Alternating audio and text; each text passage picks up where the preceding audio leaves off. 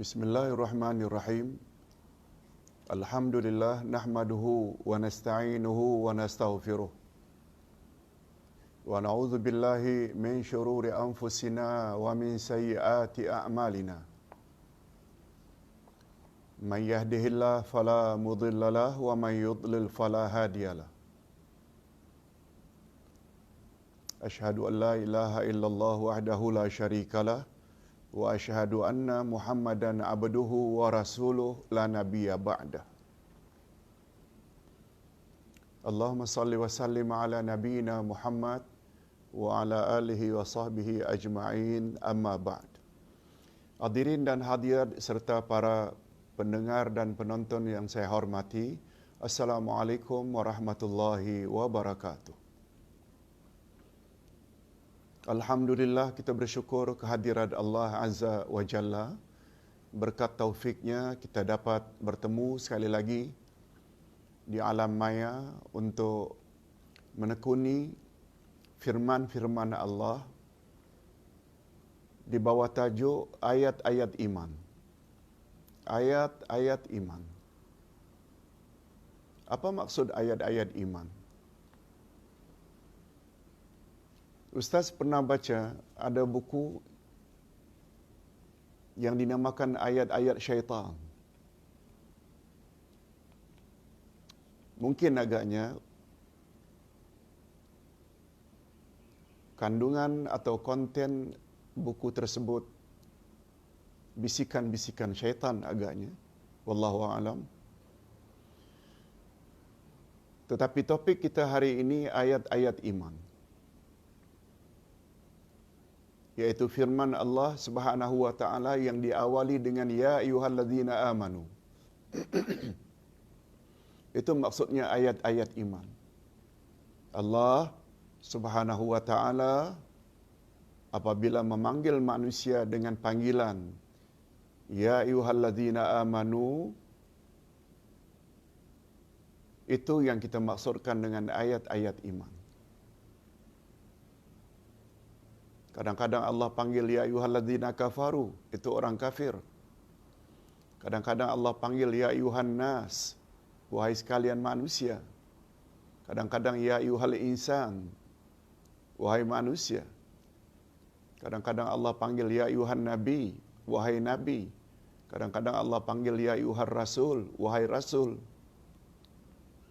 Tapi ayat-ayat iman ini pembahasannya fokus kepada ayat-ayat yang diawali dengan ya ayyuhalladzina amanu. Sebelum Ustaz masuk siri pertama, dia ada banyak siri ayat-ayat iman ini. Nanti kita jelaskan. Sebagai mukaddimah, minta maaf ya, topik hari ini hanya berdasarkan nota yang Ustaz buat, nota ayat-ayat iman. Ayat-ayat iman.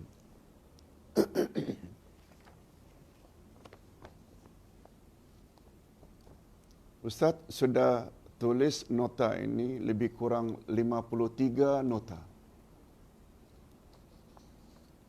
Setiap nota sekitar 5 atau 6 A4. 6 muka surat A4 setiap nota. Nah, sebelum kita memasuki siri pertama ayat-ayat iman, bagus juga kita tahu sebagai mukaddimah, ringkas saja. Sebagaimana kita maklumi dan yakini bahawa Al-Quran diturunkan oleh Allah kepada Rasulnya yang terakhir, Nabi Muhammad sallallahu alaihi wasallam, dalam bahasa Arab. Dalam bahasa Arab. Ini sebagaimana firman Allah pada ayat 2 dari surat Yunus. A'udzubillahi minasyaitonirrajim. Inna anzalnahu Qur'anan Arabiyya la'allakum ta'qilun. Sesungguhnya kami menurunkannya berupa Al-Quran dengan bahasa Arab Qur'anan Arabiyya, Quran itu dalam bahasa Arab, agar kamu memahaminya. Sebab Nabi Muhammad sallallahu alaihi wasallam, sebagaimana kita sama-sama maklum, adalah orang Arab. Tentu saja wahyu yang diturunkan oleh Allah kepada Nabi Muhammad dalam bahasa Arab. Itu sebabnya bila ditanya definisi Al-Quran, tidak boleh tidak. Quran ini di dalamnya itu ada kata-kata Arab. Lengkapnya definisi Al-Quran. Al-Quran adalah wahyu Allah kepada Rasul terakhir melalui malaikat Jibril dalam bahasa Arab yang tidak boleh dipalsukan hingga kiamat. Dalam bahasa Arab itu perlu. Oleh sebab itu, apabila seseorang membaca Al-Quran bukan dalam bahasa Arab, bukan membaca Al-Quran. Itu sebabnya Al-Quran hendaklah ditulis dengan tulisan Arab. Setengah ulama melarang sangat Al-Quran ditulis dengan bahasa lain atau tulisan lain. Sebab bila ditulis dengan bahasa lain mesti akan lari makhrajnya, idghamnya, qalqalahnya, matnya. Sekali lagi, Quran diturunkan dalam bahasa Arab. Oleh itu, susunan kata-kata di dalam Al-Quran sangat berkait rapat dengan budaya dan kebiasaan yang digunakan dalam bahasa Arab. Umpamanya, selain kita temui di dalam Al-Quran banyak perumpamaan, yaitu al-masal, permisalan. Juga dalam Quran kita temui kiasan atau al-majaz. Juga terdapat di dalam budaya dan kebiasaan bangsa Arab menggunakan panggilan yang dipanggil dengan an-nida. An-nida maknanya panggilan. Itu sebabnya kita ada satu pertubuhan namanya pertubuhan an-nida, maknanya ingin memanggil manusia. Itu sebabnya azan bahasa lainnya adalah an-nida. Sehingga Nabi bersabda,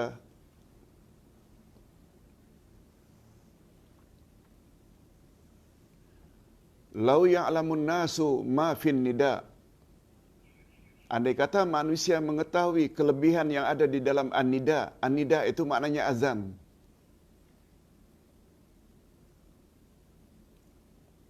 Niscaya dia akan merebut peluang tersebut walaupun dengan cara berundi. Umpamanya A dan B masing-masing ingin azan. Dia mau berundi dulu. Siapa yang menang dia azan. Kecualilah bila masjid atau surau itu memang ada muazzin atau Bilal yang telah ditetapkan. Itu bab lain. Tapi nak menunjukkan betapa besarnya fadilat atau kelebihan azan. Itu sebabnya kata Nabi di dalam satu hadis, siapa yang melaungkan azan, semua makhluk yang boleh mendengar akan jadi saksi di akhirat nanti. Nabi juga bersabda, al-muazzinuna, tukang azan, atwalu unuqan fil akhirah. Orang yang azan itu adalah orang yang paling cantik lehernya, yang paling jenjang lehernya di akhirat nanti. Orang yang azan itu adalah orang yang paling jenjang, yang paling cantik lehernya di akhirat nanti. Baik, kita tidak membahas bab itu. Cuma an-nida ini maknanya panggilan, itu sudah menjadi budaya Arab. Ya Ahmad, ya Fatimah, ya Abdullah, Ya, ya, ya itu selalu digunakan oleh orang-orang Arab. Panggilan atau seruan an-nida adalah di antara ciri-ciri khas di dalam pertuturan bahasa Arab. Sebab ia termasuk salah satu cara memanggil dalam kalangan orang-orang Arab. Sekarang kita teruskan saja definisi an-nida. Apa dia ta'rif atau definisi an-nida atau panggilan itu? An-nida atau panggilan memanggil al-mukhatab, iaitu pihak kedua dengan menggunakan huruf-huruf tertentu. Dan huruf-huruf tertentu dalam bahasa Arab sangat banyak. Ada yang menggunakan ya, ada yang menggunakan ayya, yang menggunakan hayya, dan lain-lain lagi. Sangat banyak. Bukan di sini tempatnya untuk kita membahas. Nah, sekarang kita masuk ke bab yang sangat mustahak, iaitu panggilan dalam Al-Quran. Panggilan dalam Al-Quran sebagaimana yang Ustaz sebutkan tadi. Ada ya ayuhan nas, ada ya ayuhal insan, ada ya ayuhal ladzina kafaru, ada ayuhan nabi, ada ayuhal ar-rasul, ada ayuhal ladzina amanu. Tahu tak kita perimbangan antara panggilan-panggilan itu? Kalau ya ayuhan nas, sekalian manusia, disebut oleh Allah hanya 20 kali dalam Al-Quran. 20 kali. Ya ayuhan nas. Yang kedua, ya ayuhar rasul. Hanya 2 kali. Yang ketiga, ya ayuhan nabi. Itu disebut oleh Allah dalam Quran 13 kali. Ya ayuhan nas 20 kali. Ya ayuhan nabi 2 kali. Ya ayuhar rasul 13 kali. Ya ayuhal insan juga 2 kali. Ya ayuhan nas 20 kali, ya ayuhal insan 2 kali. Ya ayuhal ladzina kafaru hanya sekali, sebagaimana kita sebutkan tadi. Iaitu terletak pada ayat 7 surat At-Tahrim. Sedangkan ya ayuhal ladzina amanu disebut oleh Allah sebanyak 89 kali. 89 kali disebut oleh Allah berulang-ulang dalam Al-Quran. Tujuan panggilan. Adapun tujuan paling utama adanya uslub atau redaksi an-nida atau cara panggilan seperti ini adalah untuk, kata ulama tafsir, at-tanbihu wal ihtimam bimadmunil khitab. Iaitu untuk menarik perhatian orang yang dipanggil dan menyatakan betapa pentingnya kandungan yang akan disampaikan. Sama ada panggilan itu diikuti dengan suruhan, penting untuk dilaksanakan, atau panggilan itu diikuti dengan larangan, supaya berhati-hati dan waspada selalu.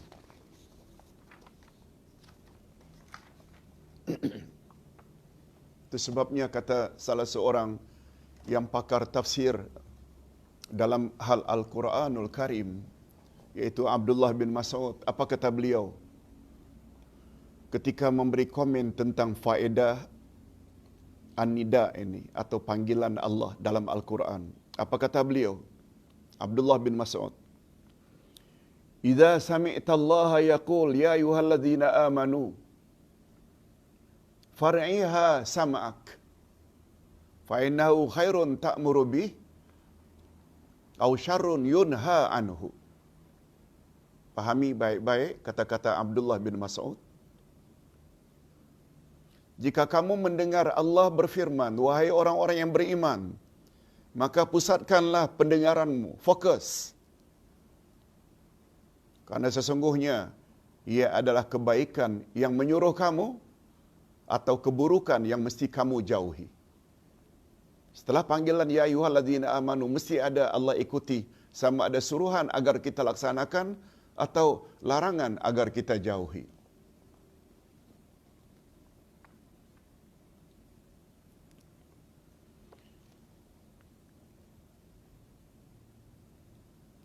Jadi macam mana nasib orang-orang yang baca Quran tapi tak faham? Akan tergugahkah hatinya untuk melaksanakan apa yang Allah suruh? Akan tergugahkah hatinya untuk menjauhi apa yang Allah larang? Apa yang dia baca tak faham. Itu sebabnya kewajiban kita terhadap Quran ada 5. Beriman, baca, faham, amal dan sebar-sebarkan kepada yang lain. Nah, bila ditanya pula ada berapa surah yang tercantum di dalamnya arahan-arahan Allah. Begini, bentuk nida atau panggilan dalam Quran tercantum di dalam 20 surah. 20 saja. Dari 114 surah, 20 surah saja yang terkandung di dalamnya ada an-nida atau panggilan, sedangkan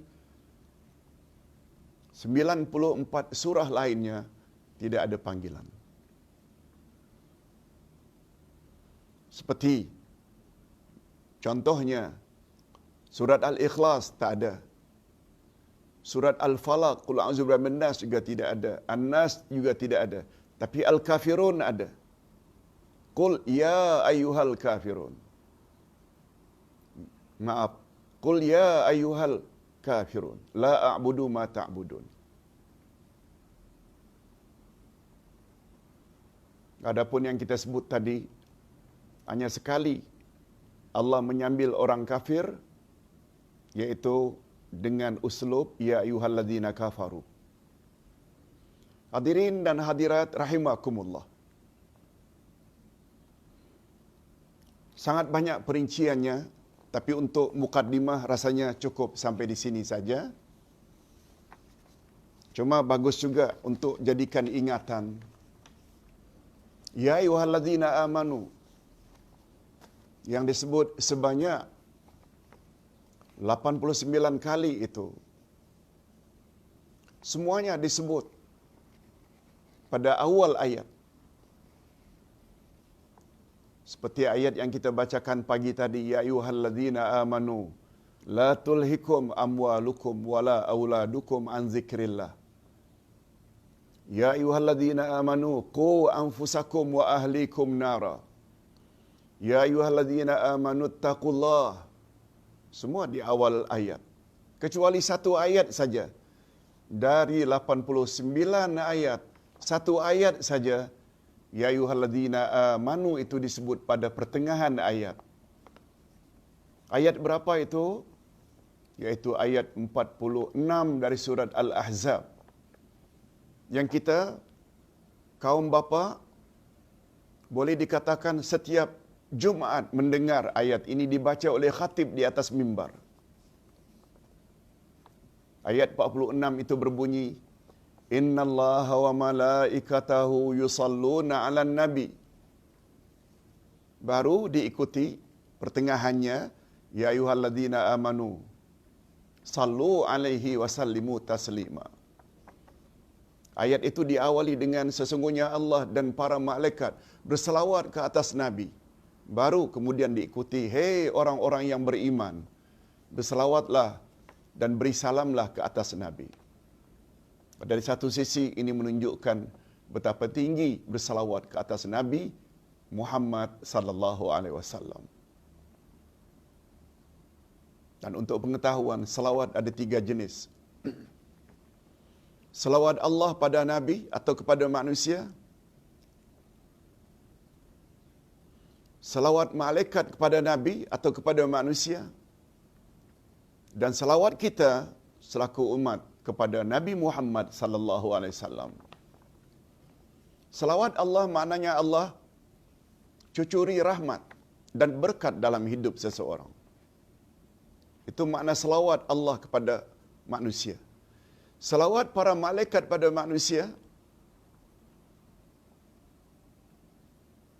yaitu malaikat di langit memohon kepada Allah agar Allah ampun dosa-dosa manusia itu.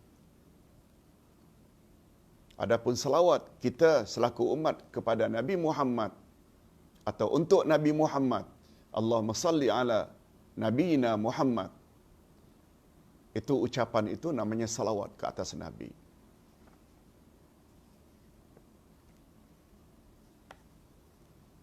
Apakah salawat Allah dan salawat malaikat khas untuk Nabi? Tidak.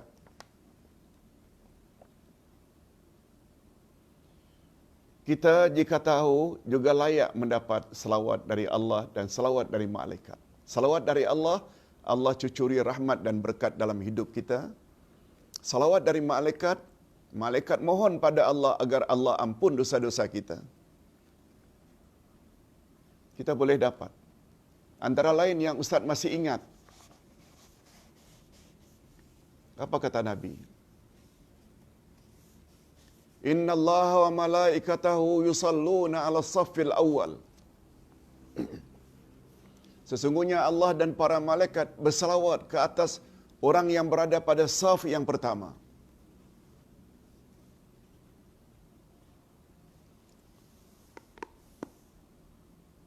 Itu sebabnya dalam Islam, dalam ilmu fiqh, saf pertama lebih afdal dari saf kedua. Itu sebabnya kata Nabi,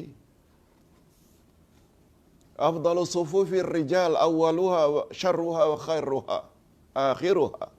Sebaik-baik saf lelaki adalah paling depan dan seburuk-buruk saf lelaki adalah paling belakang. Karena orang paling depan layak mendapat selawat dari Allah dan selawat dari malaikat. Innallaha wa malaikatahu yusalluna 'ala saffil awwal. Sedangkan untuk kaum wanita pula, apa kata Nabi? Khairu sufufin nisa akhiruha wa syarruha awwaluha. Sebaik-baik saf wanita adalah paling belakang dan seburuk-buruk saf wanita adalah paling hadapan. Itu kata Nabi. Lalu ucapan Nabi ini dibahas oleh ulama fiqh. Kata mereka, di zaman Nabi tidak ada tirai, tidak ada pendinding, tidak ada batasan antara saf lelaki dan saf wanita. Zaman Nabi. Itu sebabnya sebaik-baik saf wanita bila tidak ada tirai, bila tidak ada pembatas, tidak ada border, tidak ada partition, paling belakang paling afdal sebab mereka lah yang paling selamat daripada fitnah. Tetapi ulama fiqh memberi pandangan. Apabila ada tirai, ada partition, maka saf wanita paling afdal adalah paling dekat dengan imam, iaitu saf yang pertama. Sebab kemungkinan akan fitnah itu tak timbul sebab ada partition, ada pembatas. Itu sebabnya dalam memahami hadis Nabi ada dua cara. Satu tekstual, yang satu lagi kontekstual. Kalau teks memang betul lah, saf wanita paling belakang yang lebih afdal. Tapi teks dalam konteksnya dulu tak bertirai, sekarang bertirai, maka dia jadi terbalik. Itu sebabnya memahami hadis Nabi jangan hanya berdasarkan teks sahaja, tapi juga kita mesti lihat dalam bab konteksnya. Okey, kita tidak bahas bab itu. Yang kedua, cara untuk mendapat selawat Allah dan selawat malaikat. Ini ada kaitannya dengan puasa. Innallaha wa malaikatahu yusalluna 'alal mutasahhirin. Sesungguhnya Allah dan para malaikat berselawat ke atas orang yang makan sahur. Oleh sebab itu jangan malas makan sahur. Apalagi Rasulullah pernah bersabda, "Tasahharu fa inna fi sahuri barakah." Makan sahurlah kamu, karena makan sahur itu membawa berkat. Nanti kita akan bahas bab khas tentang sahur dan berbuka, insya-Allah pada masanya nanti. Minggu hadapan insya-Allah. Jadi sekali lagi, semua ya ayyuhallazina amanu sebanyak 89 kali berada pada awal, kecuali satu saja yang terletak di tengah, iaitu pada surat Al-Ahzab ayat 46. Nah sekarang kita ingin masuk kepada siri yang pertama. Nota yang pertama. Alhamdulillah, dalam satu tahun ini, iaitu 2019 sampai sebelum PKP ini, Ustaz sudah tulis 54 siri. 54 dari 89. Itu sebabnya topik ayat-ayat iman ini belum dibukukan. Tolong doakan, mudah-mudahan Ustaz panjang umur dan diberi kesehatan untuk terus menulis dan dibukukan. Mudah-mudahan menjadi bekal nanti setelah kita meninggal dunia. Sebab Rasulullah bersabda, bila mati anak cucu Adam semuanya terputus kecuali 3, sedekah jariah, ilmu yang dapat diambil manfaat, dan yang ketiga anak saleh yang mendoakan. Hadirin dan hadirat, ya ayyuhallazina amanu, pertama dalam Al-Quran, dia terletak pada ayat 104 dari surat Al-Baqarah. Silakan jamaah apabila ada Al-Quran, sama ada mushaf atau handphone, lihat dan cari surat Al-Baqarah ayat 104. Ayat ini membawa tajuk larangan meniru sikap orang-orang kafir, khasnya Yahudi. Allah melarang orang-orang yang beriman agar jangan ikut jejak langkah orang-orang kafir, khasnya orang Yahudi.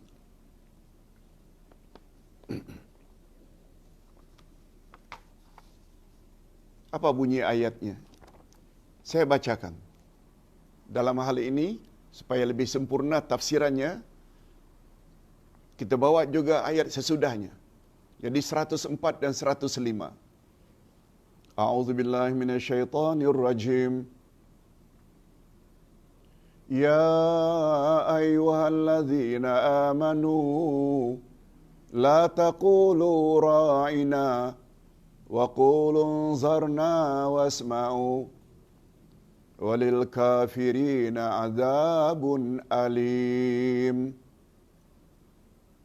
Ma yawaddu alladzina kafaru min ahlil kitabi walal musyrikin an yunazzala alaikum min khairin min rabbikum wallahu yakhtassu birahmatihi man yasha wallahu dzul fadlil azim.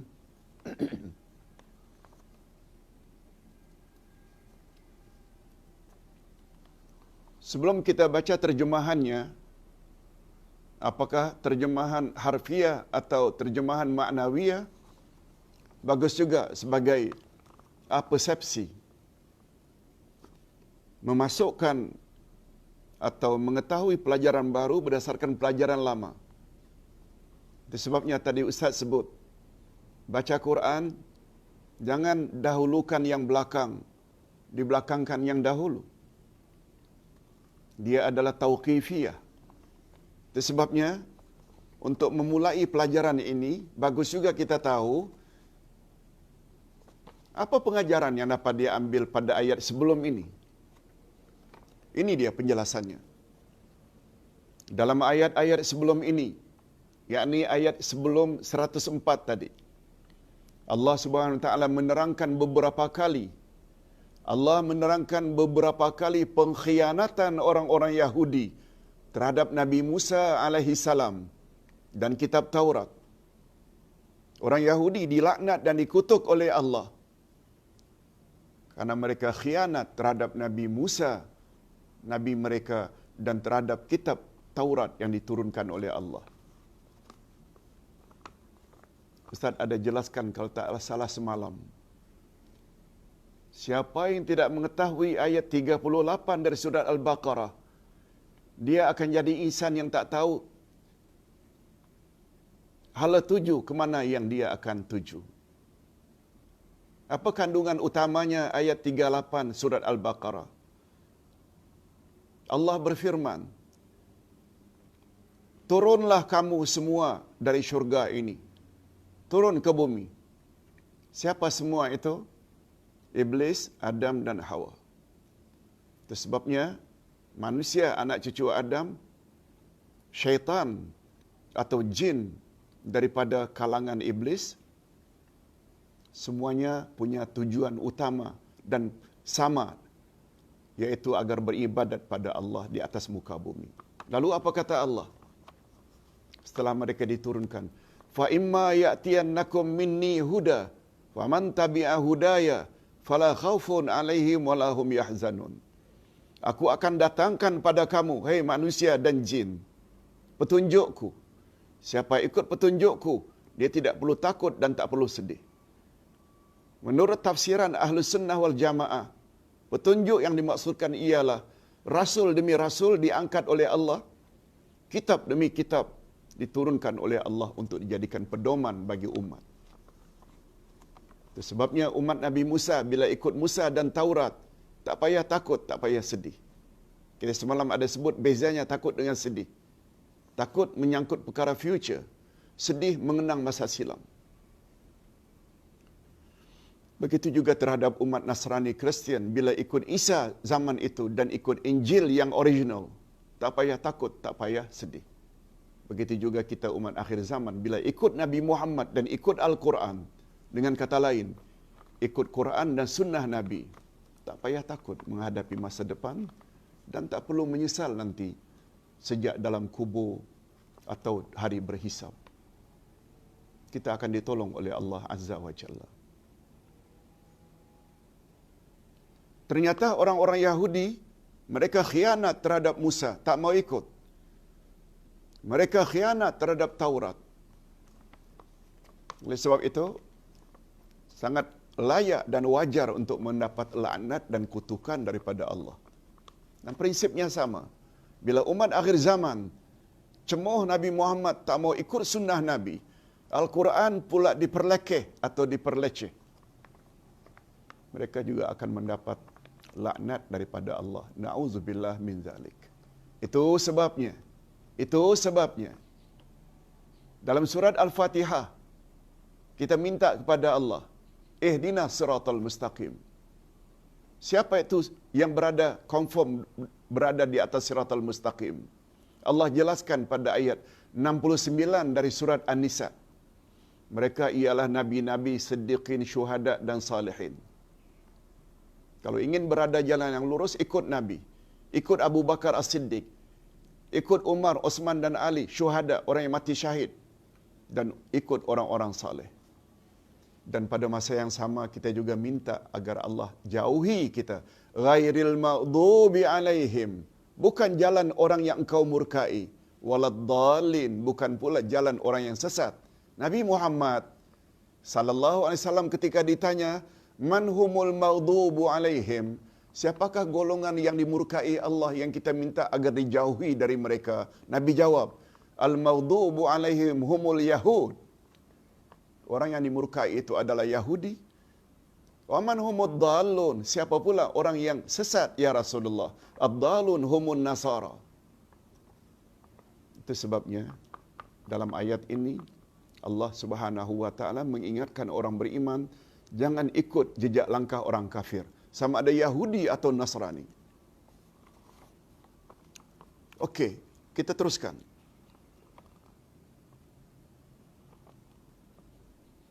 Mereka telah memalsukan kitab mereka karena tidak berpuas hati dengan kerasulan Nabi Muhammad sallallahu alaihi wasallam. Malah mereka telah terjerumus ke dalam perbuatan syaitan, mempelajari dan menyebarluaskan sihir dengan maksud untuk meracuni pemikiran kaum muslimin. Itu kerja Yahudi dulu. Perbuatan mereka sungguh bertentangan dengan ajaran agama dan berbuat dusta terhadap sihir, bahawa sihir itu kononnya adalah ajaran Nabi Sulaiman. Itu kata orang-orang Yahudi. Kemudian Allah Subhanahu Wa Taala memberi kesempatan mereka untuk kembali beriman dan bertakwa. Akan tetapi seruan itu pun tidak mereka perhatikan lantaran kedengkian dan pengaruh hawa nafsu yang sudah bertapak dalam lubuk hati mereka. Sehingga dengan bersikap demikian, akhirnya mereka tidak dapat lari daripada jalan.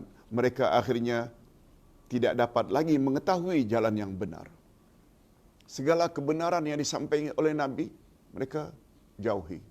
Mereka tak mau dengar. Kalau dengar pun tak mau ikut. Itu sebabnya slogan Yahudi yang paling utama tersebut dalam Al-Quran. Sami'na wa asaina. Kami dengar, tapi kami tolak. Berbeza dengan sikap orang-orang beriman yang Allah sebut pada penghujung ayat 185, Amanar Rasul. Kan ada pada penghujungnya, wa qalu sami'na wa ata'na ghufranaka rabbana wa ilaikal masir. Sikap umat Nabi Muhammad ialah kami dengar dan kami taati. Mudah-mudahan kita tergolong ke dalam golongan ini. Amin ya rabbal alamin. Nah, itu sekedar latar belakang kisah tentang sebelum ayat ini diturunkan.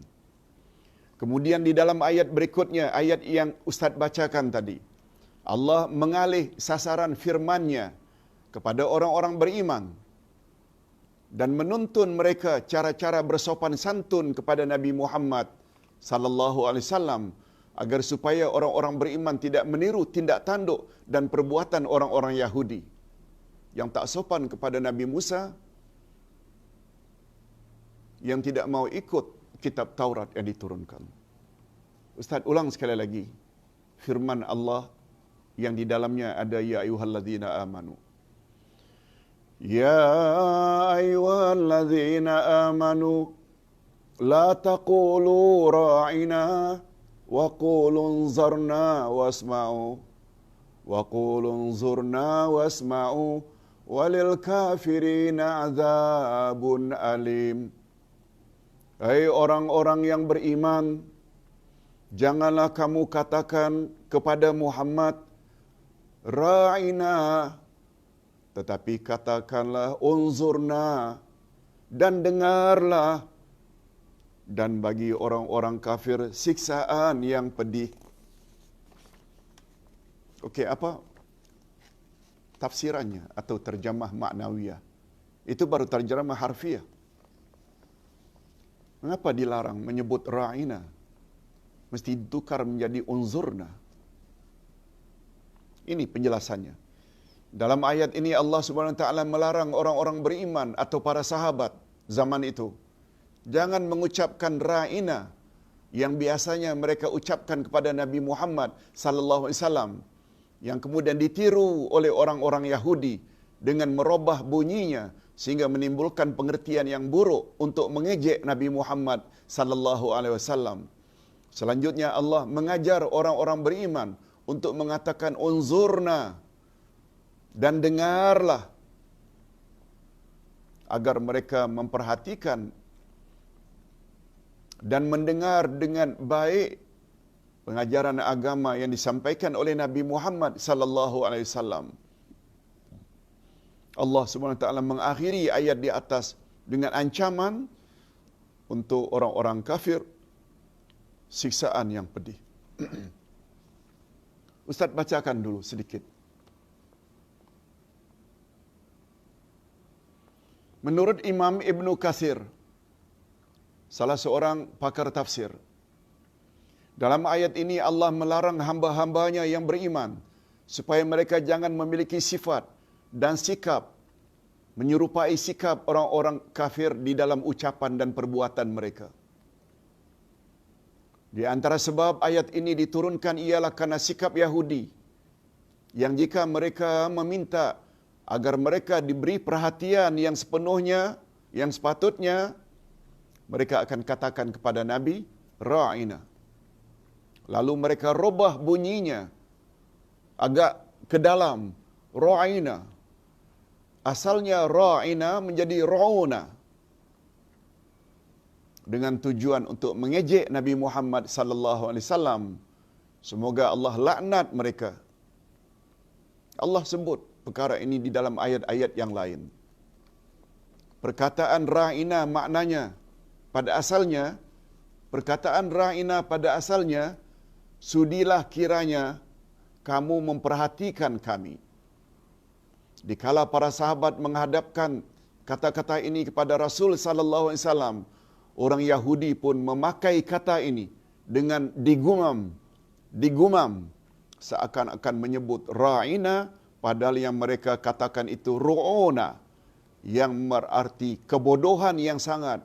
Bodoh kamu hai Muhammad, jahil kamu hai Muhammad. Itu makna ra'ina yang ditujukan kepada Nabi Muhammad oleh orang-orang Yahudi. Asalnya ra'ina, tapi mereka robah menjadi ru'una, yang artinya bodoh sangat kamu ini hai Muhammad, sebagai ejekan kepada Rasulullah.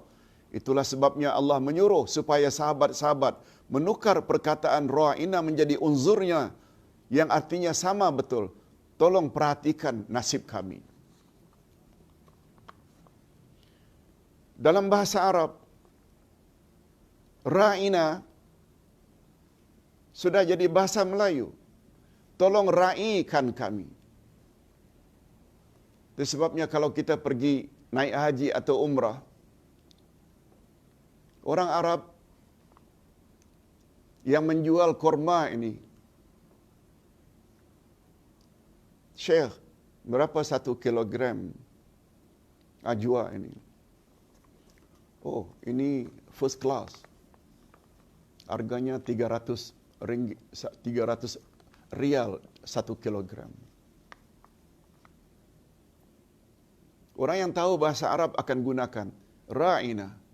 Tolonglah ra'ikan kami. Kami ini datang jauh dari Malaysia, dari Indonesia. Duit kami terbatas, kami mesti tinggal 1 bulan di sini. Ra'ina, maknanya tolong ra'ikan kami. Tolong perhatikan nasib kami. Kami ini musafir. Keuangan kami terbatas. Kita selalu gunakan ra'ina. Sudah jadi bahasa Melayu. Tolong ra'ikan kami. Tetapi telah digunakan atau disalahgunakan oleh orang-orang Yahudi menjadi ru'una. Lalu Allah Subhanahu wa taala suruh sahabat-sahabat Nabi panggil Nabi dengan unzurna. Tolong perhatikan kami. Okey, itu sejarahnya. Mengapa turun ayat tadi? Peristiwa semacam itulah yang dalam ilmu tafsir disebut dengan asbabun nuzul. Sebab-sebab mengapa turun ayat ini. Abdullah ibnu Abbas radhiyallahu anhuma berkata dalam riwayat Atha, ucapan ra'ina, sudilah kiranya kamu memperhatikan kami, sering diucapkan oleh para sahabat kepada Nabi Muhammad sallallahu alaihi wasallam. Ketika Yahudi mendengar ucapan tersebut, maka mereka sangat gembira. Ketika orang Yahudi mendengar para sahabat selalu menyebut ra'ina kepada Nabi Muhammad sallallahu alaihi wasallam, lalu mereka happy. Sebab perkataan ra'ina dalam bahasa Yahudi bermaksud cacian yang sangat buruk.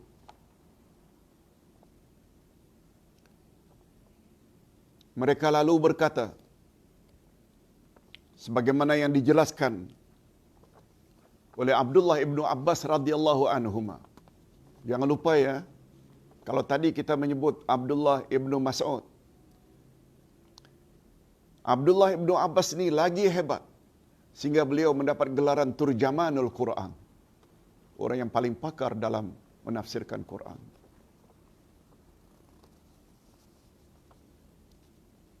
Mengapa beliau jadi orang yang pakar dengan kehendak Allah? Dia ada kaitannya. Karena ketika dia baby baru lahir, Nabi yang tahnikkan dia. Nabi yang tahnikkan. Tahnik dalam bahasa kita belah mulut dengan kurma, lalu Nabi doakan, Allahumma faqihhu wa'alimhu bit ta'wil. Ya Allah, berilah baby ini Abdullah bin Abbas ilmu agama yang mendalam, dan berilah dia kemampuan atau kemahiran dalam menafsirkan Quran. Hebat Abdullah ibnu Abbas. Yang keduanya baru Abdullah bin Mas'ud. Itu sebabnya Abdullah ibnu Abbas pernah ditanya oleh Muawiyah. Muawiyah pernah menjadi gubernur di Damsyik, Syria.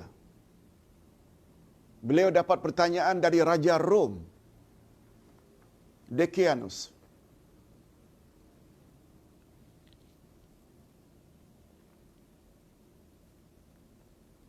Wahai Muawiyah, tahukah kamu manakah bahagian bumi ini yang pernah mendapat pancaran cahaya matahari untuk seketika, kemudian bahagian itu tidak lagi mendapat pancaran cahaya matahari? Muawiyah bingung, tidak jawab macam mana. Akhirnya tulis surat ke Madinah, tanya pada Abdullah ibnu Abbas. Abdullah ibnu Abbas dengan mudah menjawab, bahagian bumi itu ialah Lautan Merah yang terbelah dengan berkat mukjizat tongkat Nabi Musa ketika dikejar oleh Firaun. Waktu itu waktu duha. Wadrib bi'asakal bahar, pukul laut itu dengan tongkatmu wahai Musa. Langsung jadi jalan. Terbelah bagaikan bukit. Mereka pun berjalan. Ketika itu matahari sampai ke dasar laut. Sesampainya Musa ke Jazirah Arab, iaitu tepian yang satu lagi, laut ditutup. Itulah dia bahagian bumi yang pernah mendapat pancaran matahari untuk seketika, dan sampai kiamat bahagian itu tidak akan menerima pancaran matahari lagi. Ini hanya boleh dijawab oleh Abdullah ibnu Abbas radhiyallahu anhum. Coba bayangkan betapa tinggi pemahaman beliau terhadap Al-Quranul Karim. Allahu Akbar. Mudah-mudahan kita diberi oleh Allah kekuatan, kemampuan mengikuti jejak langkah Abdullah ibnu Abbas dan Abdullah ibnu Mas'ud. Apa kata Abdullah ibnu Mas'ud? Apa kata Abdullah ibnu Abbas tentang bab tadi? Inna kunna nasubbu Muhammadan sirra. Kata orang Yahudi, panjang ini, Ustaz terjemahkan saja. Sesungguhnya dulu kita mencela Muhammad secara sembunyi-sembunyi, belakang-belakang. Maka sekarang marilah kita mencelanya secara terang-terangan, yaitu dengan menggunakan ru'una. Yang sepatutnya ra'ina menjadi ru'una. Ringkasnya macam itu lebih kurang. Sehubungan dengan peristiwa itulah maka turun ayat di atas. Begitu komen dari Abdullah ibnu Abbas radhiyallahu anhuma. Ayat di atas seolah-olah ingin menyingkap. Ayat di atas seolah-olah ingin menyingkap sikap sebenar Yahudi yang sangat jahat dan sangat degil terhadap kebenaran yang dibawa oleh Nabi Muhammad sallallahu alaihi wasallam. Oleh sebab itu, Allah Subhanahu wa taala melarang orang-orang beriman supaya jangan mengatakan ra'ina, tetapi tukar menjadi unzurna, yang maknanya sama betul. Tolong perhatikan kami. Sebab ucapan seperti ini lebih selamat daripada kemungkinan disalahartikan sebagaimana ucapan ra'ina, sebagaimana kisah di atas. Pada asalnya ucapan ra'ina dan unzurna mempunyai makna yang sama pada asalnya. Tetapi akhirnya ucapan ra'ina dilarang karena ada kemungkinan boleh membawa kepada makna yang buruk. Inilah yang disebut dalam istilah ilmu akidah sadduz zara'i'. Apa dia sadduz zara'i'? Sad menghalang, zara'i' sampai kepada perkara yang lebih besar, kepada larangan yang lebih besar. Itu maksudnya sadduz zara'i'. Ustaz buat contoh. Profesor Wahbah Az-Zuhaili, Allah yarhamuh, di antara rahasia dan pengajaran yang dapat diambil dari ayat di atas ialah, pertama, kita mesti menjauhi segala ucapan yang mengandungi kemungkinan dapat mencemarkan kedudukan dan derajat Nabi Muhammad sallallahu alaihi wasallam. Sebabnya Nabi Muhammad sallallahu alaihi wasallam tidak boleh dipanggil dengan menyebut nama ya Muhammad, tak. Kita mesti sopan, ya Rasulullah, ya Habiballah, ya Nabi Allah. Itu sebabnya mana-mana ucapan ya Muhammad dari kalangan manusia, mesti itu ucapan orang-orang kafir. Sebagaimana Ustaz sebutkan pada pelajaran terdahulu, orang kafir pernah tanya kepada Nabi Muhammad, ya Muhammad, unsub lana rabbak. Wahai Muhammad, tolong beritahu kepada kami salah sila keturunan Tuhanmu, susur galurnya. Ayahnya siapa, ibunya, neneknya, atuknya, anak-anaknya siapa? Sempena pertanyaan Yahudi atau orang kafir itulah, maka turun surat Al-Ikhlas. Qul huwallahu ahad, Allahu samad, hingga akhir. Peristiwa itu penyebab maka turun surat Al-Ikhlas. Oleh sebab itu umat Islam, orang-orang yang beriman, tak boleh panggil Nabi Muhammad dengan panggilan dengan menyebut nama. Tak usahlah Nabi Muhammad yang begitu mulia, terhadap mak bapak pun tak boleh kita panggil nama. Kalau panggil nama mungkin akan dianggap sebagai anak kurang adab atau kurang ajar. Lebih-lebih lagi terhadap manusia yang paling banyak jasanya, yaitu Nabi Muhammad sallallahu alaihi wasallam. Abdullah, lagi-lagi Abdullah Al-Mubarak, yang lahir pada tahun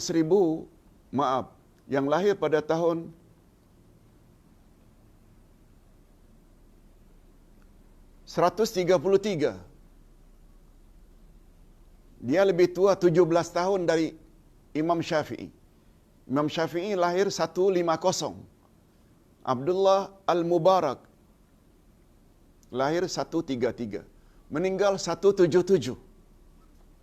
Umurnya hanya 40 tahun. Tapi alimnya Masya Allah.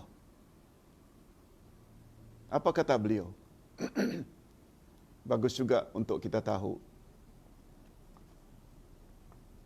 Al-ulama'u afdal min abaikum. Para ulama, orang-orang alim, mereka adalah lebih utama, lebih istimewa, lebih hebat dari bapa-bapa kamu. Lalu beliau ditanya, kaifa dzalik ya Syekh? Mengapa jadi macam itu? Cuba dengar jawaban Abdullah Al-Mubarak. Ini bukan kata-kata Abdullah Yasin. Abdullah Al-Mubarak jawab, aba'ukum yahfazunakum min narid dunya, wal ulama'u yahfazunakum min naril akhirah. Sebab ibu bapakmu memeliharamu daripada api dunia, sedangkan ulama memelihara kamu dari api akhirat. Apa maksudnya? Mak bapak kita bagi kita makan, bagi kita minum, bagi kita pakaian, bagi kita tempat. Mak bapak ajar kita ilmu-ilmu yang akhirnya kita dapat syahadah atau sertifikat atau ijazah. Dengan ijazah tersebut BA ke MA ke MBA ke profesor ke doktor ke, akhirnya kita layak bekerja mendapat gaji yang lumayan. Akhirnya kita terhindar daripada kebuluran. Kita dapat gaji, dapat beli makanan, minuman, pakaian, rumah, kereta. Ini maksudnya bapakmu hanya memelihara kamu dari api dunia. Maknanya dari kepapaan, kemiskinan, kefakiran. Tapi al-ulama'u yahfazunakum min naril akhirah. Tapi ulama peranan mereka memelihara kamu dari api akhirat, yaitu api neraka. Ulama yang mengajar akidah yang murni, tak bercampur syirik, khurafat. Ulama yang mengajar kita agar beribadat ikut cara Rasulullah, agar diterima ibadat itu dan diberi ganjaran di akhirat nanti. Ulama mengajar kita akhlak yang mulia. Bukankah itu semua modal utama untuk terhindar dari api neraka? Atas dasar itu kata Abdullah Al-Mubarak, ulama lebih hebat daripada bapa-bapa kamu.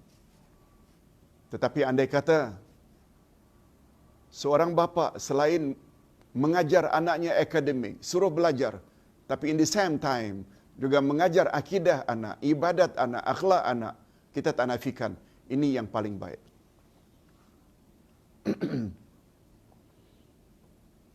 Itu sebabnya bapa-bapa dan ibu-ibu, jangan hanya pentingkan tuition terhadap pelajaran akademik, matematik, geografi, English dan lain-lain. Tapi bila mengajar atau mengantar anak mengaji saja, hanya pungutannya RM25 saja, RM50 saja. Ya Allah, ngapa mahal betul?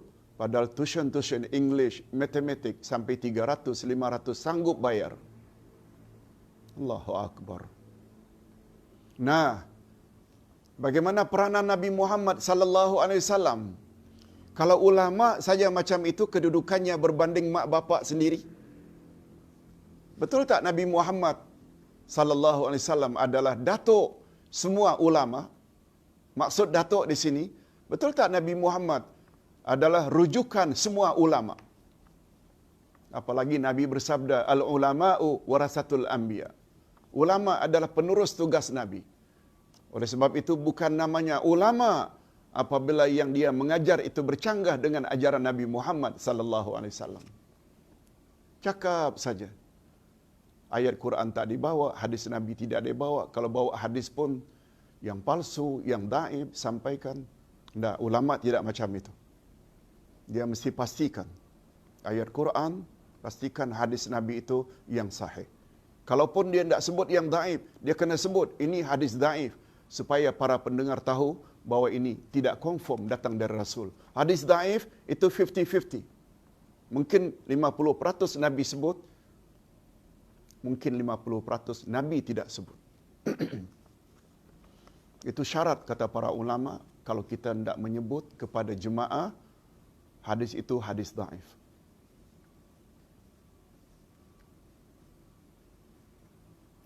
Hadirin dan hadirat rahimakumullah. Berbalik kata-kata Profesor Wahbah Az-Zuhaili, menghalang para sahabat menyebut ra'ina, tapi mesti ganti dengan unzurna untuk menghalang mereka supaya jangan termasuk orang yang mencaci Nabi sebagaimana orang-orang Yahudi mencaci Nabi Muhammad sallallahu alaihi wasallam. Yang kedua, kata Profesor Wahbah Az-Zuhaili, kita mesti berpegang pada konsep sadduz zara'i' dan memeliharanya. Sadd maknanya menutup atau menghalang, sadd. Sedangkan ma'arif pula perkara-perkara yang boleh menyampaikan kepada yang lebih besar. Az-Zara'i berkata, suatu perkara yang pada asalnya adalah boleh, suatu perkara yang pada asalnya boleh dan tidak dilarang, tetapi akhirnya dilarang kerana ditakuti perkara tersebut boleh membawa kepada perkara yang dilarang. Maksudnya, segala jalan yang menuju kepada haram, maka hukumnya adalah haram. Segala jalan yang boleh membawa kepada perkara yang dituntut atau wajib, maka hukumnya wajib.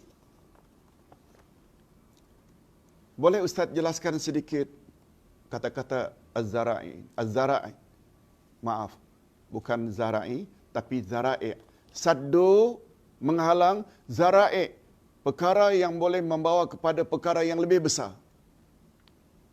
Ustaz buat contoh.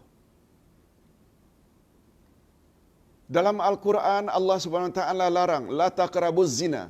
Jangan kamu dekati zina.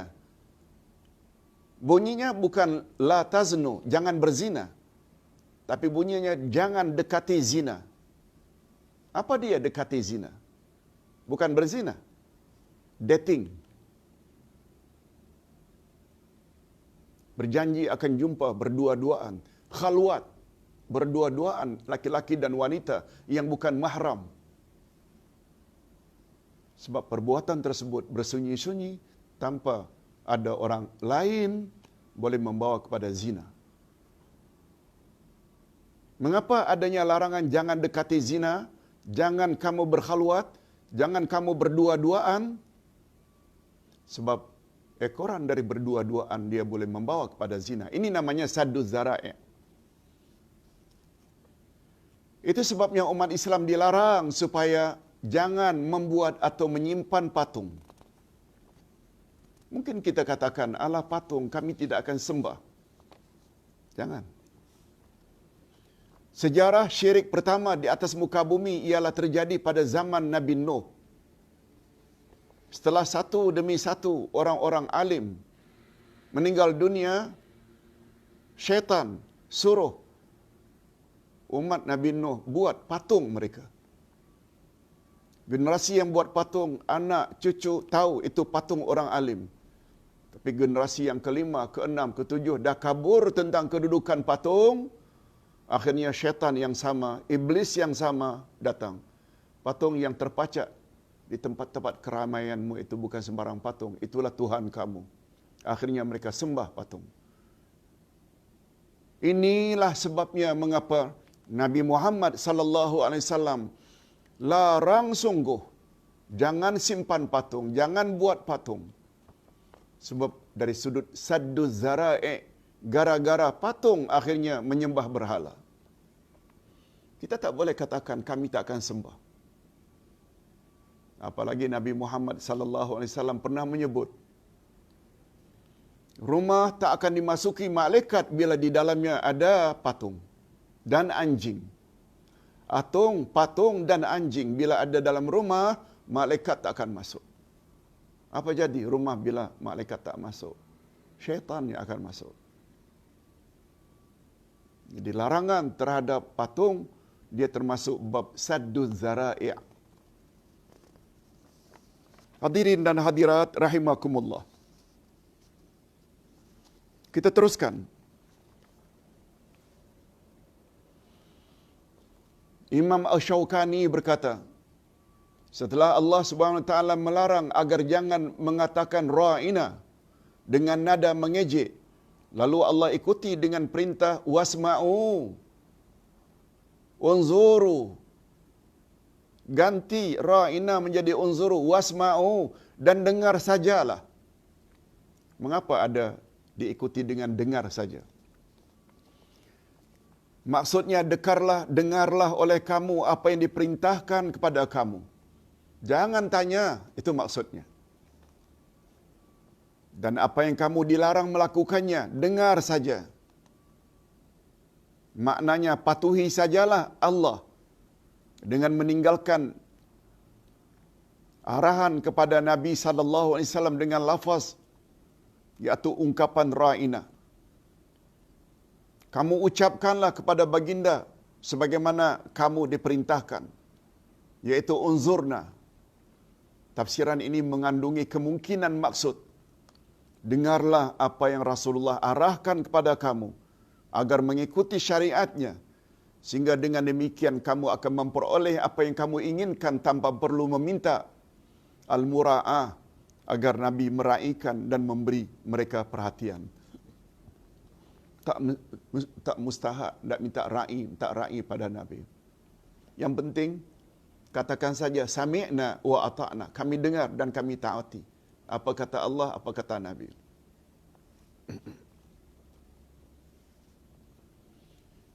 Hadirin dan hadirat serta para penonton yang saya hormati. Perkataan mendengar ini dalam Quran sangat banyak disebut. Dia senantiasa disebut kami dengar dengan kami lihat. Disebut bergandengan sebanyak 19 kali dalam Al-Quran.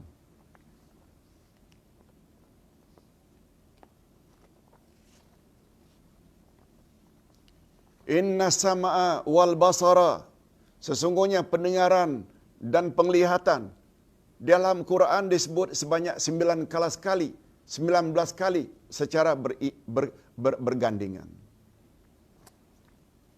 Tapi kata ulama tafsir, dari 19 kali disebut bergandengan, hanya 2 kali saja kami melihat disebut lebih dahulu daripada kami mendengar. 2 kali saja. Mata disebut dahulu dari telinga.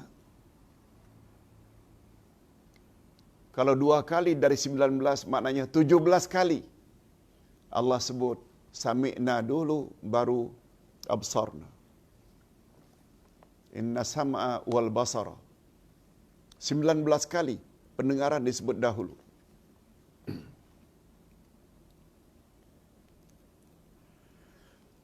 Kata salah seorang doktor dari Mesir, Al-Azhar, ketika mengulas bab itu, mengapa disebut kami mendengar lebih banyak 17 kali berbanding kami melihat. Ini memberi isyarat bahawa kedua-dua indera ini, penglihatan dan pendengaran, adalah 2 indera. Kita kan ada panca indera, 4 indera, 5 indera. Tapi disebut secara khusus, special. Kami dengar dan kami lihat. Ternyata lebih banyak kami dengar disebut dahulu daripada kami melihat, menunjukkan kedua-dua indera ini, pendengaran dan penglihatan, adalah sangat penting bagi manusia. Sangat penting. Namun demikian, kepentingan kedua-dua indera ini, bila kita banding-bandingkan, ternyata pendengaran lebih utama, lebih penting daripada penglihatan. Itu sebabnya dia disebut lebih banyak dalam Al-Quran. Kata doktor tadi, di antara maknanya, pertama sekali pendengaran berfungsi dahulu daripada penglihatan. Kata beliau, janin dalam perut ibu yang hamil, bila sedang hamil besar 7 bulan, 8 bulan, bunyikan bunyi yang kuat di bahagian luar perutnya dekat pusat. Dapat dikesan bahawa baby sudah bergerak. Mengapa bergerak baby? Karena baby pendengarannya sudah function, sudah berfungsi. Sedangkan mata tidak berfungsi kecuali setelah lahir. Setelah dilahirkan oleh ibu, baru dia melihat. Dia tidak melihat dalam perut ibu, tapi pendengaran sudah function. Ini rahasia pertama mengapa pendengaran disebut lebih dahulu daripada penglihatan. Yang kedua, ini lagi hebat.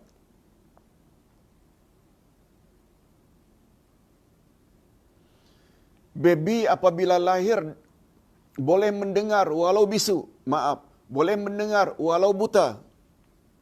Tak boleh melihat, tapi boleh mendengar. Baby. Tidak mustahil baby tersebut bila dewasa akan jadi al-hafiz, orang yang hafal Quran. Boleh jadi imam. Boleh.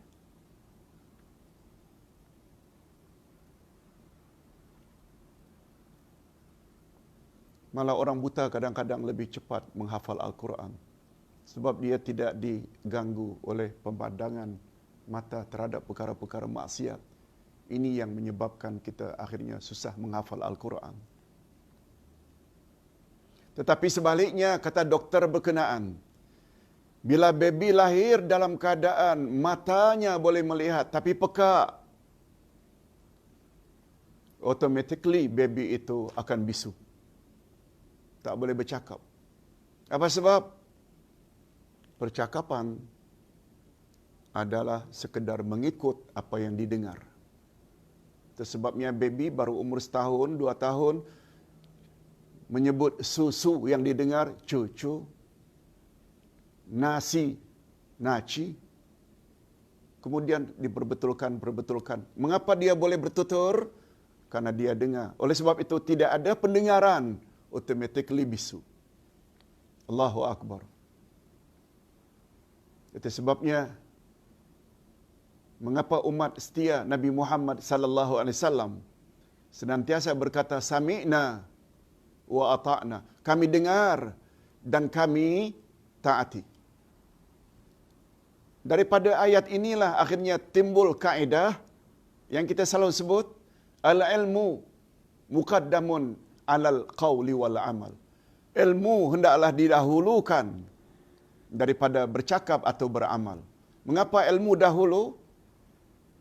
Sama dengan mengapa sami'na dahulu baru wa ata'na. Macam mana nak taat bila tak dengar?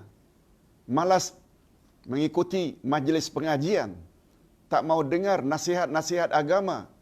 Macam mana nak beramal ibadat dengan tepat dan betul? Di sini rahasianya. Sebelum wa ata'na kami taat, disebut dulu sami'na kami mendengar. Mendengar ini lambang ilmu. Dengan ilmu baru kita beramal atau kita bercakap. Allahu Akbar. Al-Quran penuh dengan rahsia-rahsia semacam ini. Tinggal kita mau menggali atau tidak saja. Mudah-mudahan setelah mendengar bab ini, kita akan jadi orang yang suka mengkaji apa yang ada dalam Quran melalui tafsirnya, dalam hadis Nabi sallallahu alaihi wasallam. Itu sebabnya Ustaz cenderung sangat untuk fokus dalam bab tafsir. Itu sebabnya alhamdulillah setelah 35 tahun ini Ustaz sudah menafsirkan 18 atau 17 juzuk sudah. Ke arah memahami Al-Quranul Karim sudah 5 juzuk.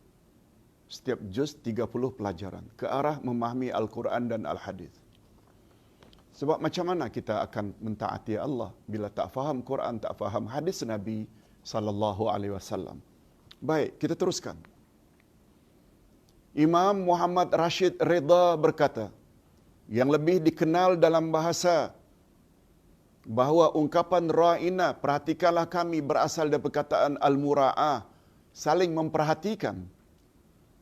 Ungkapan seperti ini dia dalam kaedah bahasa Arab taqtadil musyarakah fi ri'ayah, membawa maksud saling meraihkan atau saling memberi perhatian kepada pihak yang lain. Maksudnya ara'ina nar'ik, raikan kami, niscaya kami akan raikan kamu.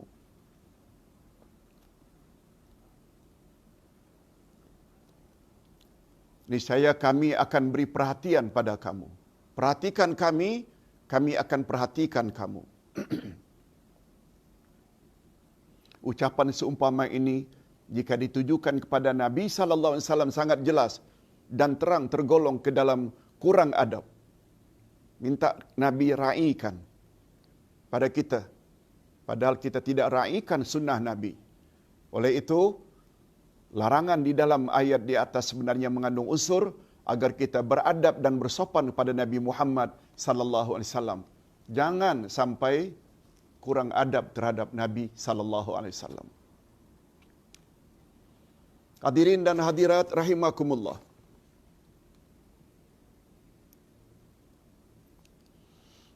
Bila kita bercakap bab adab ini, kita selalu artikan adab ini definisi sikap kita kepada pihak lain. Kepada ayah, kepada ibu, kepada uncle, auntie, adik-beradik, jiran tetangga, sesama jemaah. Yes, betul. Tapi kadang-kadang kita lupa adab yang paling dituntut adalah justru adab kepada Allah dan Rasulullah. Itu sebabnya dalam Al-Quranul Karim ada surah yang dipanggil dengan Suratul Adab, atau nama yang lebih lengkapnya Suratul Akhlaq. Mungkin para pendengar dan para penonton terpinga-pinga, mana ada dalam Quran Suratul Akhlaq? Ada. Dia adalah nama lain bagi surat Al-Hujurat. Setiap surah itu, dia ada beberapa nama. Untuk surat Al-Fatihah saja, Karena pentingnya ada 12 nama paling kurang. Begitulah surah-surah yang lain. Antara lain surat Al-Hujurat yang mengandungi 18 ayat Al-Quran. Dalam surat Al-Hujurat, ayat 1 hingga ayat 18 semua mengandungi unsur-unsur akhlak atau adab. Cuma bila kita lihat kepada siapa yang kita patut beradab lebih dahulu. Lagi-lagi Allah panggil dengan ya ayyuhalladzina amanu, hei orang-orang beriman. Ya ayyuhalladzina amanu la tuqaddimu baina yadayillahi wa rasulih. Ini salah satu daripada 89 ya ayyuhalladzina amanu. Dia terdapat pada ayat pertama dari surat Al-Hujurat. Apa dia nama lain bagi surat Al-Hujurat? Suratul Akhlaq. Apa bunyinya? Orang-orang yang beriman, janganlah kamu mendahului Allah dan Rasul-Nya. Allah panggil pada orang-orang beriman. Apa makna jangan kamu dahului Allah dan Rasul? Jangan kamu belakangkan ketetapan Allah dan Rasul. Jangan kamu dahulukan kehendak selain Allah dan Rasul. Itu sebabnya barangkali dalam masyarakat kita selalu jumpa anak yang baru balik daripada overseas, dapat MBA, baru, masih fresh lagi. Dapat master dalam bidang bisnes. Kononnya dah pakar. Apa kata ayahnya? Apa kata uncle dan antinya? Nah, cari pengalaman dulu. Betul lah kamu tahu segala-gala teori dalam bisnes. Cari pengalaman. Itu sebabnya kan ada istilah pengalaman adalah best teacher. Experience is the best teacher. Pengalaman itu adalah guru yang paling bagus.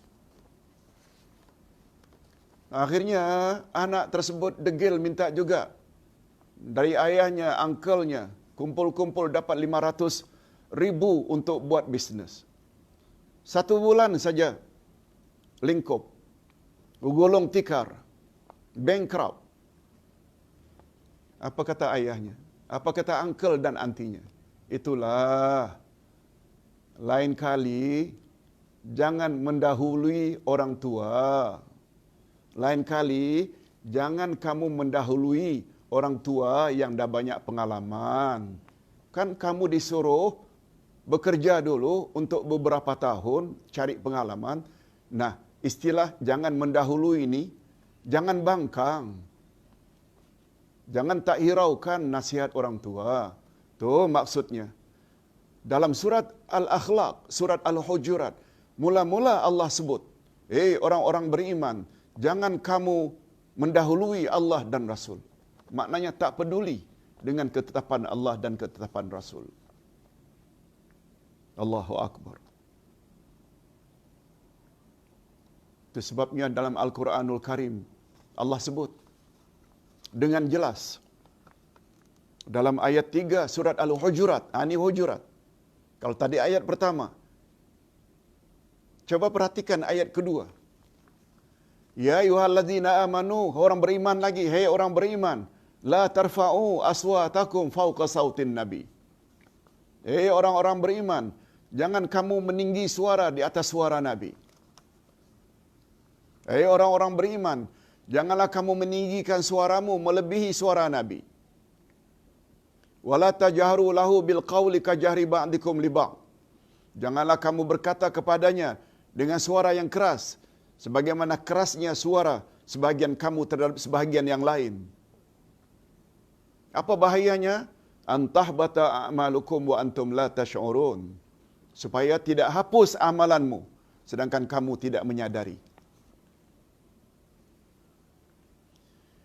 Ini termasuk salah satu mani' syar'i. yang kita ada sebut beberapa hari yang lalu. Iaitu sikap, perbuatan yang boleh mengakibatkan amal kita dihapus oleh Allah. Walaupun tidak batal menurut fiqh. Salat kita, puasa kita.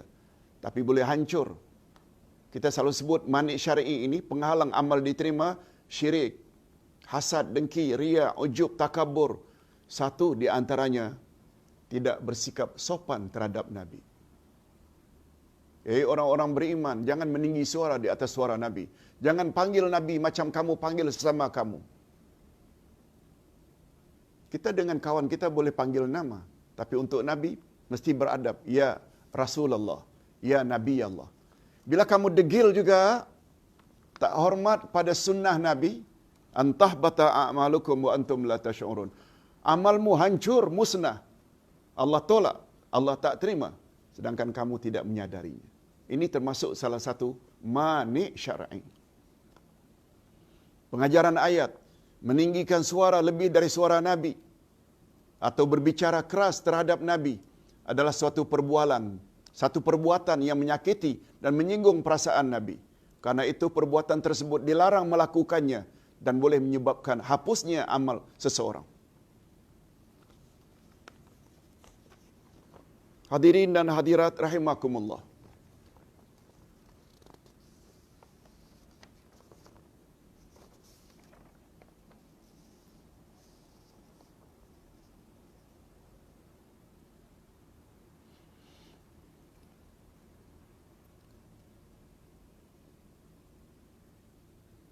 Rasulullah sallallahu alaihi wasallam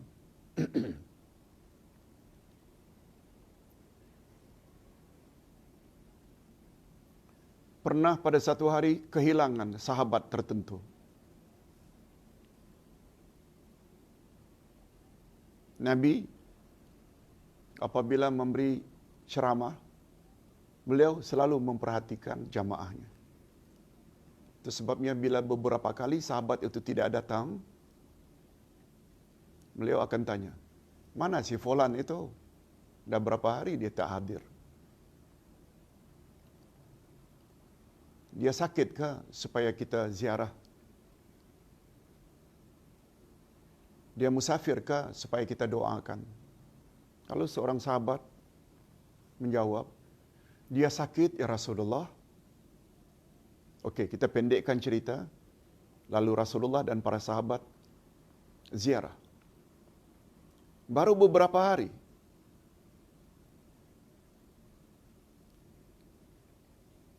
Nabi terkejut. Subhanallah, kata Nabi, Maha suci Allah. Mengapa keadaanmu sudah seteruk ini? Dalam istilah kita, bagaikan sayur, sudah lunglai, pucat.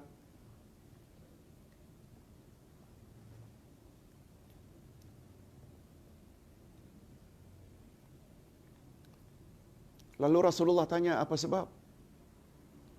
Sebabnya ya Rasulullah, majlis ilmu terakhir Tuhan ada sebut perkara ini. Orang-orang beriman, jangan kamu bersuara lebih tinggi dari suara Nabi. Sahabat mengakui, ya Rasulullah, suara saya ini kan garau, besar, melebihi dari suara Tuhan. Saya takut, ya Rasulullah, akibat dari perbuatan itu saya tidak sopan pada Tuhan dan akhirnya amal saya dihapus, tidak diterima oleh Allah. Oleh sebab itu saya sakit.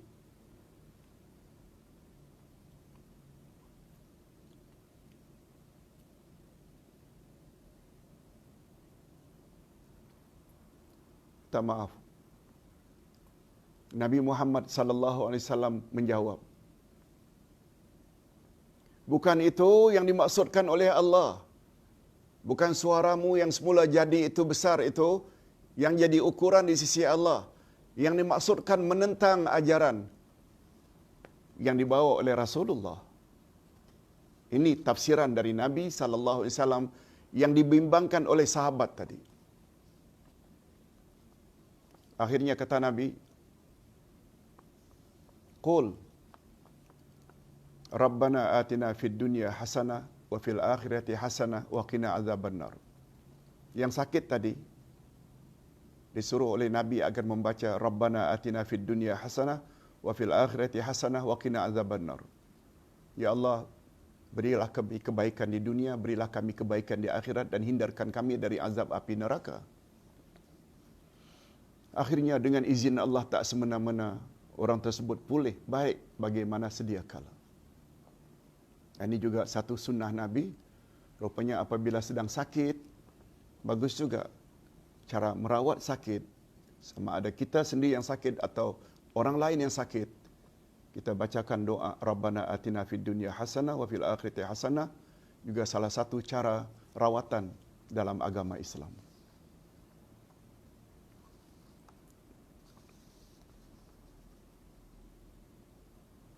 Hadirin dan hadirat rahimakumullah. Kita sampai ke bahagian yang terakhir, yaitu ayat yang satu lagi. Ma yawaddul ladzina kafaru min ahlil kitabi walal musyrikin ay yunazzala alaikum min khairin min rabbikum wallahu yakhtassu birahmatihi man yasha wallahu dzul fadlil azim. Orang-orang yang kafir dari ahli kitab dan orang-orang musyrik tiada menginginkan diturunkan sesuatu kebaikan kepadamu dari Tuhanmu. Dan Allah Subhanahu wa taala menentukan siapa yang dikehendakinya untuk diberi rahmatnya atau kenabian. Dan Allah mempunyai kurnia yang besar. Ini sambungan ayat tadi. Allah Subhanahu wa taala sebut, orang kafir itu tak suka kamu, wahai Muhammad, karena kamu telah diberi oleh Allah kelebihan yang tidak diberi pada mereka. Maunya orang-orang Yahudi dan Nasrani, hendaknya semua Nabi itu dari kalangan Bani Israel. Orang-orang musyrikin Mekah pula, yang mempunyai pangkat yang tinggi, kaya, mereka pula beranggapan bukan Muhammad yang layak mendapat wahyu atau diangkat menjadi Rasul. Itu di antaranya mengapa angkelnya Abu Lahab menentang Nabi Muhammad. Sebab dalam otaknya, bukankah angkel lebih utama untuk diangkat menjadi Rasul daripada anak saudara? Itu maksudnya. Mereka tak suka kamu dapat kenabian. Padahal, siapa yang menentukan kenabian itu adalah Allah Azza wa Jalla. Itu sebabnya kata Imam Az-Zuhri dalam satu ungkapannya, apa kata beliau? Pendek saja, tapi membawa makna yang sangat cantik. Minallahir risalah wa 'alar rasulil balaghu wa 'alaina taslimu. Daripada Allah hak menentukan siapa jadi rasul.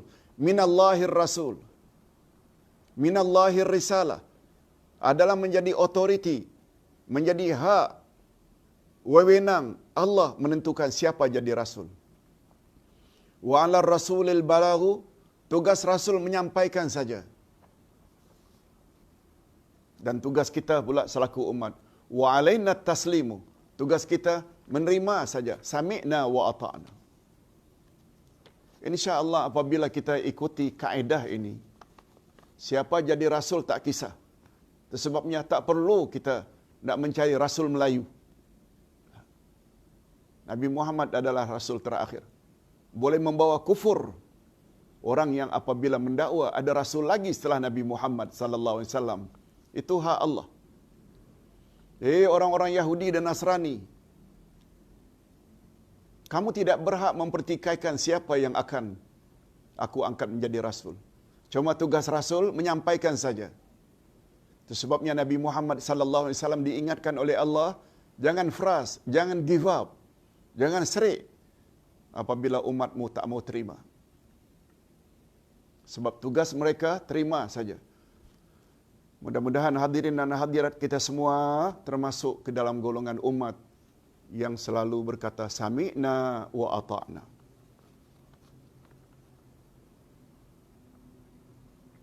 Demikian juga dari sisi lain, golongan musyrikin tidak pernah senang dengan kelebihan yang kamu miliki, hai Muhammad. Mereka menyaksikan penurunan ayat-ayat Quran silih berganti, semakin memperkuat kedudukan umat Islam dan membuat keimanan mereka semakin mantap dan semakin tersebar luas hidayah di dalam masyarakatnya. Keadaan ini sangat menggusarkan hati musyrikin Mekah, sebab kondisi tersebut dapat menggugat dan dapat mengakhiri kepimpinan mereka yang selama ini mereka warisi secara turun-temurun. Oleh itu, wajar saja jika mereka sangat menginginkan agar kemarahan umat Islam dapat dihentikan dan jika boleh kewujudannya umat Islam dapat dimusnahkan di atas muka bumi. Inilah yang dilakukan oleh orang-orang kafir hari ini. Yahudi, Hindu, dan lain-lain bekerjasama mereka untuk jangan sampai Islam ni naik. Tapi Allah Maha Kuasa. Dekatkan diri pada Allah, dalami Al-Quran, dalami hadis Nabi, jadikan dia panduan dalam hidup supaya kita bahagia dunia dan bahagia akhirat. Mudah-mudahan apa yang disampaikan ini berguna untuk kita semua. Kita jumpa lagi insya-Allah pada esok hari. Mula kita membahas tentang bab puasa, iaitu puasa dan takwa. Apa hubung kaitnya? Ingat hadirin dan hadirat, Allah senantiasa sebut dalam Al-Quran, uiddat lil muttaqin. Syurga hanya untuk orang-orang yang bertakwa. Itu sebabnya salah satu matlamat utama kita berpuasa. Allah sebut lagi-lagi pada ayat 183 Al-Baqarah, ya ayyuhallazina amanu kutiba alaikumusiyam kama kutiba alal ladzina min qablikum la'allakum tattaqun. Orang-orang yang beriman, diwajibkan ke atas kamu berpuasa sebagaimana telah diwajibkan ke atas umat sebelum kamu. Mudah-mudahan dengan berpuasa kamu menjadi orang yang bertakwa. Maknanya puasa sangat memungkinkan kita dimasukkan oleh Allah ke dalam syurga melalui special pintu lagi. Itu sebabnya ketika Nabi diminta nasihat oleh sahabat, ya Rasulullah dullani, tolong beritahu aku amalan apakah yang boleh membawa aku ke syurga. Nabi jawab 3 kali, hendaklah kamu berpuasa. Ditanya lagi, apa lagi? Hendaklah kamu berpuasa. Ditanya sekali lagi, apa lagi setelah berpuasa? Hendaklah kamu berpuasa. Disebut 3 kali oleh Nabi Muhammad sallallahu alaihi wasallam. Tapi puasa yang macam mana? Puasa yang macam mana yang boleh membawa ke syurga? Itu akan kita jelaskan dalam pertemuan pagi esok insya-Allah. Wabillahi taufiq wal hidayah. Wassalamualaikum warahmatullahi wabarakatuh.